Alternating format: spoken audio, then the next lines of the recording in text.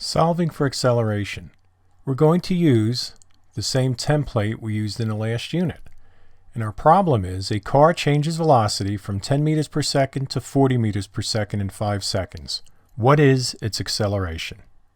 First thing we do is identify the givens. And we've done that up here, 10 meters per second to 40 meters per second. So that's v initial, v final. The time, 5 seconds. And what are we trying to find? The acceleration. So that's over here. We draw a diagram, and we have our initial velocity is 10 meters per second at time 0.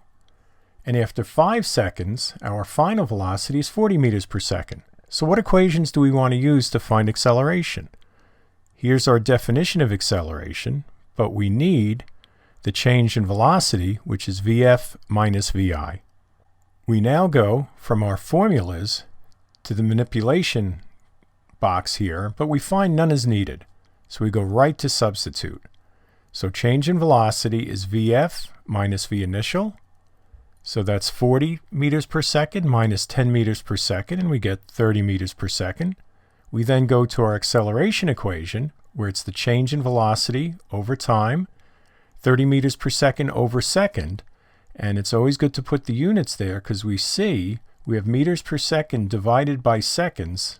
That puts the other second right in the denominator. So we have meters per second squared, and the answer is 6 meters per second squared. That's the acceleration.